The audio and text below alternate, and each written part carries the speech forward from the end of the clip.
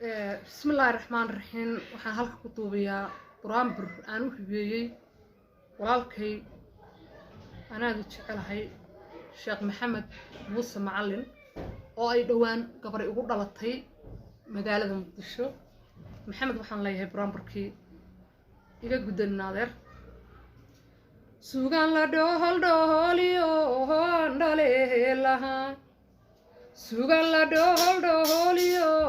andaleelaha dhan walba laga saxartiro dhaliyahan ka jir dhambaal culus baahan wadaha oo dhabigay dhambaal culus baahan wadaha oo dhabigay wardolku yohow maxamed adeerkay midku dhalo dhalyadu waa hoodane midka handhig wadaagnayo dhalyadu waa hoodane midka handhig wadaagnayo wadnaha dhinaciisa midkii lagu dheereeriyo allaha kuu dhaafo gabaha dhada dheemanka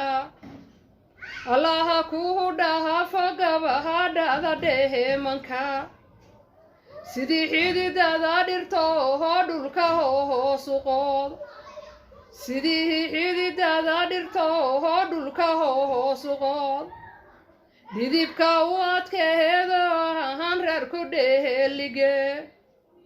didibka u adkeeyo ahaan reer ku dheelige dhuriya dhaqan yeelaad ihigon dhibahata dhuriya dhaqan yeelaad ihigon dhibahata amiin ya rabbi